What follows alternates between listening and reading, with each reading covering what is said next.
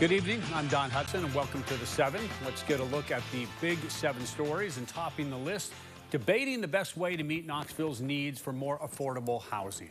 Now, it's becoming a driving issue as rents climb higher and higher. According to the East Tennessee Realtors' latest market pulse report, apartment rents grew 6% from last year to this year. To put that in perspective, rents around the country grew by just over 0.75%, meaning Knoxville rent prices are going up more than 7 times faster than the rest of the country on average. And realtors expect they'll go up another 5% in the year ahead. Now, all this week, we've been meeting people trying to cope. One family deciding to move to a different county, others banding together, forming a tenants union, so to speak, taking their issue to the city council. Today, we wanted to know what leaders can actually do when it comes to limiting rent increases. Tennessee law specifically bans communities from putting rent controls into place. We also heard today about another challenge seen just recently in Knox County, where neighbors in the Choteau area protested against an affordable housing development that was going to be built there.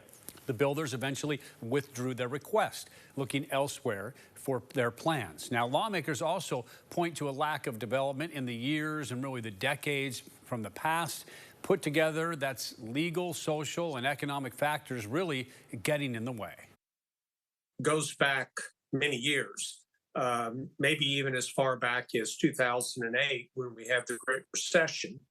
And there was a period of time when literally no homes were being built, no apartments, no duplexes, nothing was occurring just because of the unavailability of funds for developers and builders. At least what's been a trend in Knox County and Knoxville is that many of the neighborhoods do not want multi-unit housings to be built in the neighborhoods. I really applaud the folks for creating the union in the city of Knoxville, just to start this conversation, if nothing else, to say, let's talk about what needs to happen. And to be honest, it begins at the state level, because the state put the hard line that says locals cannot do anything to take a look at managing the rental prices. Challenges aside, developers are putting up more and more apartment units, while those are not necessarily aimed at lower income renters.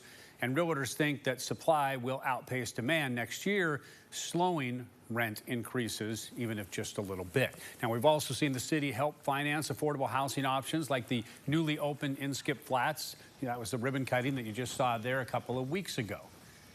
Now, also, Knoxville and Knox County recently launching a joint Office of Housing Stability with the main job of aligning resources to avoid homelessness, which is partly driven by higher housing costs. Another approach is changing zoning rules to support what's described as the missing middle, a term for small, multifamily housing options, duplexes, mother-in-law cottages, and apartment buildings, which would not seem out of place in an established neighborhood. Missing middle and the city's push for more housing of that type, they're the focus of an open house that just wrapped up. We're going to hear from people taking part in that event tonight, right here at 11 o'clock. Now, another such open house is coming up Monday at the John T. O'Connor Center. That's going to be from 4:30 to 7 if you would like to weigh in. Now, we also spoke with a local realtor from the group behind that market pulse report that we just mentioned. Now, it's all about the state of the housing really in the Knoxville market, specifically those looking to buy rather than rent. He says the market is still relatively competitive, but it's only 1/4 of what it was before the pandemic. People looking to buy their first home, for instance, are in a pretty tough spot. Mortgage rates are high. That creates what inventory is out there is relatively expensive. So for those first-time home buyers, those are the people who are feeling the effects of this market more acutely than other demographics. Now, figures from the Market Pulse report show the median price for a home selling in Knoxville is now $350,000. That's a bit lower than the national average at $407,000. However, to put that in perspective, that is up almost 8% from prices just 1 year ago. All right, our next big 7 story tonight, answers about the man who led officers on a multi-day, multi-state manhunt last week. We've been showing you pictures like these of the time after Jason Dockery was eventually arrested and spotted along a roadside in Maynardville by a tipster and then taken into custody. That arrest happening a week ago today. Law enforcement already told us the original shooting happened along Moores Gap Road in the high school community back on September 12th. Now, according to newly released court documents, we're learning Dockery was driving a red Chevrolet Sonic. He had 2 passengers in the car. The victim identified as Shiesty Mayberry and a child in the back seat. Now, what we're being told is he apparently pulled out his gun and shot Mayberry 6 times. She fell into the roadway while trying to jump out of the car to safety, dying from her injuries. After the shooting, we're told Dockery dropped the child off in the Speedwell community before leading officers on a chase up into Lee County, Virginia. When he was captured and arrested, we're told he still had the pistol on him that he used to shoot Mayberry and admitted to the shooting during an interview with a deputy. He now faces a felony charge of first-degree murder, along with charges of evading arrest, reckless endangerment, and child neglect. A big settlement is our next Big 7 story tonight. It comes in the lawsuit filed by the state of Tennessee against the grocery store chain Food City. Now, this was all over sales of prescription painkillers. We've been following these cases in Knox and Sevier counties since 2020. Now, the government claimed the company unlawfully sold tens of millions of prescription pain pills for more than a decade. Food City CEO Stephen Smith has continually denied any wrongdoing, but has agreed to settle and pay $44.5 million. Most of that money, by the way, will be going to Tennessee's Opioid Abatement Fund.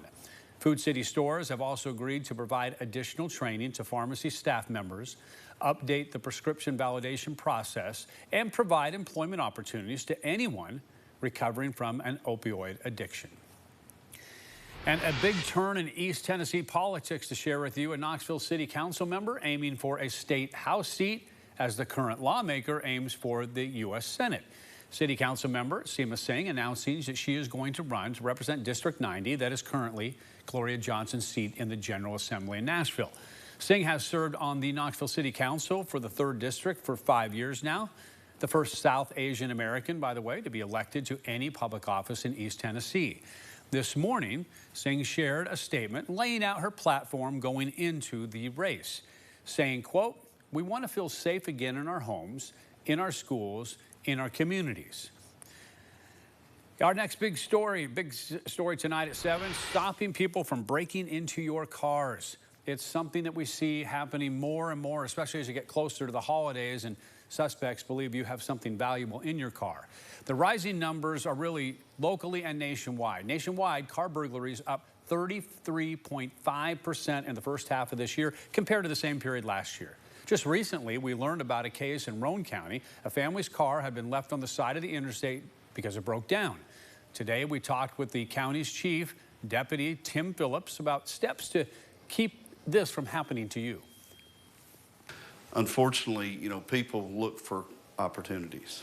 And, if I could give advice to the public, if you are leaving your vehicle parked, whether you're at the mall, whether it's in your own driveway, whether it's if you're broke down on the side of the road, if you leave valuable things visible in your car, unfortunately, you're going to become a crime of opportunity. Phillips also says, take all the items of value out of your car, or make sure at least that they are not visible. All right, moving through our list of big stories, a woman turns herself in more than 2 months after a fire that she's accused of setting on purpose. Behind me, you can actually see photos of the fire shared by the Rutledge Volunteer Fire Department. Now, this happened July 1st with a camper burning along Cardinal Cove Road. The TBI, along with the Grainger County Sheriff's Office joining that investigation, identified 41-year-old Brandy Morgan as a suspect, saying they believed she was responsible for starting that fire. At the beginning of the month, a grand jury officially charged Morgan with arson, reckless burning, and vandalism. Today, we're told she turned herself into the Grainger County Jail. Her bond was set at $20,000. All right, we wrap up our Big 7 list with a big winner. Someone buying a Powerball ticket here in Knoxville turned out to be worth $150,000. Now, the state lottery office revealing that the lucky Powerball ticket was bought at a Weigel's on Kingston Pike in the Bearden area, the one across the street from the Cookout restaurant, if you want to know exactly. That ticket, we're told, matched 4 numbers, and it matched the Powerball, and the buyer had chipped in for the power play option, tripling the value to make it $150,000. Another drawing is set for Saturday. The estimated jackpot, a lot more than $150,000. It is now $725 million.